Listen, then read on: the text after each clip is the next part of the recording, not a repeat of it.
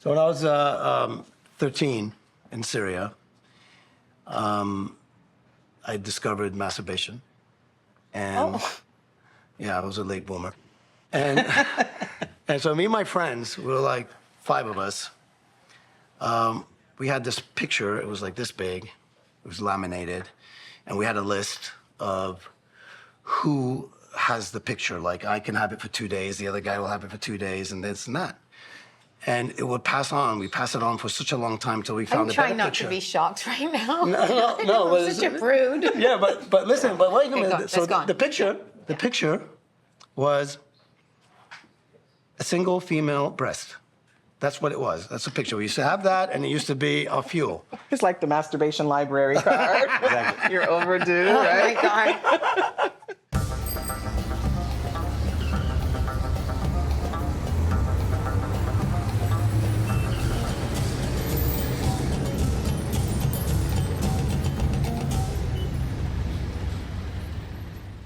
Does sexual repression lead to addiction? That's a pretty big jump. Yeah. But it is true that repression doesn't allow our full self to always be talked about, exhibited, part of the day-to-day. And therefore, we many times think about that which you repress will oppress you. That is, we're only as sick as our secrets. When we just talk about sex addiction as being just this bad thing, we don't realize that sex can easily be replaced with something else. Yeah.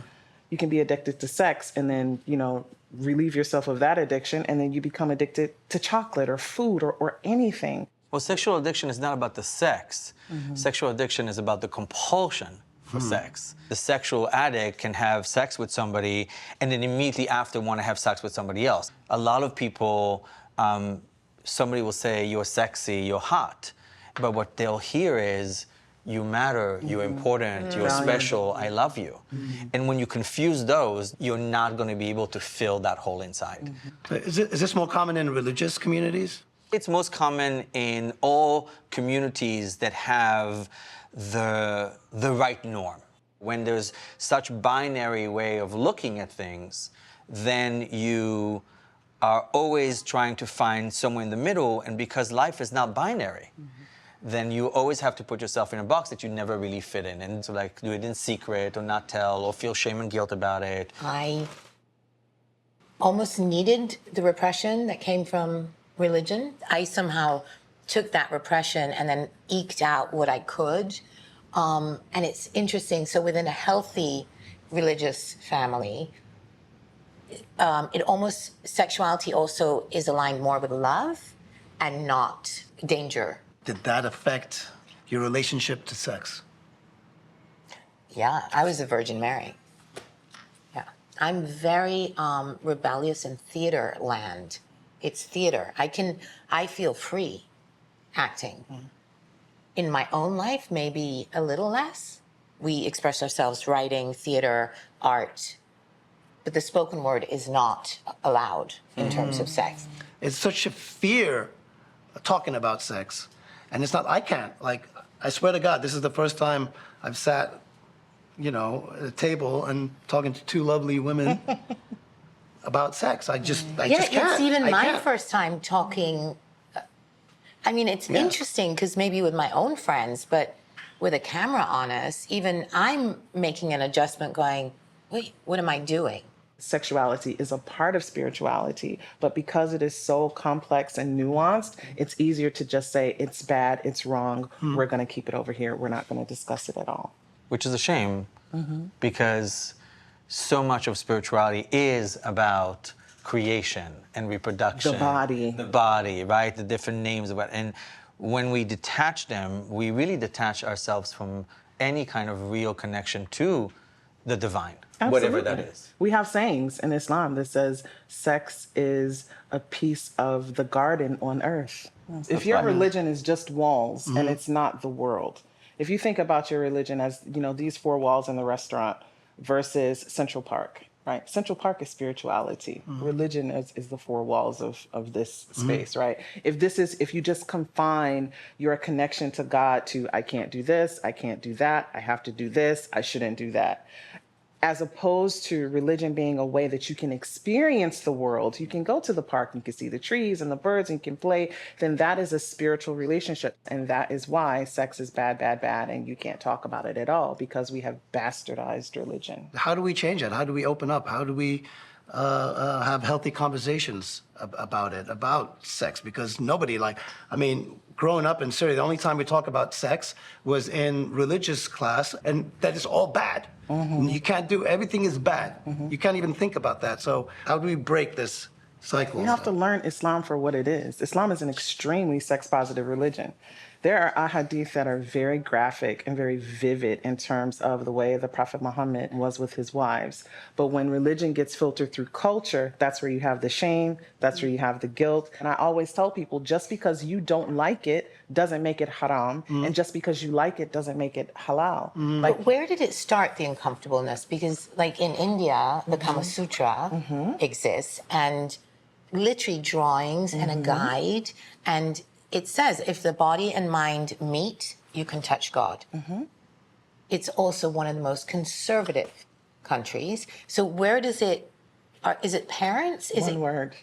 Well, two words. The Victorians. Right. You have to look Well, at there you go. history. You have to look at the colonizing forces. I was just going to say that. I was just going to say it's all colonization. It's all colonization, of and course. and if you can get people to colonize their mind, you can control the body. And how do you best control the body in these sex-positive cultures? You control sex. I'm a gay man, and one of the things that I'm very proud of, sort of my own community, is that we've claimed and reclaimed our ability to talk about sex to our friends, to people around us. That I won't succumb to the heteronormative policies of the world. But many people do not come to the rabbi or the imam because they feel the wrath of God will come upon them. And one of the things is sort of that I keep talking to my people around is like, no, right? If this is a spiritual issue, and if this is an issue of your spirit, of who you are, then come to me. You will not be judged here because God has made this world in a way that's sort of the only way to make more babies, right? More Muslims, more Jews, is by people having sex. Is abstinence and sex positivity, are they compatible? Yes. Absolutely. 100%. 100%. Because you have to, so the way that you get abstinence to kind of hold, right? You want it to I want you to take this and hold it, don't let it go. You have to give people something to look forward to.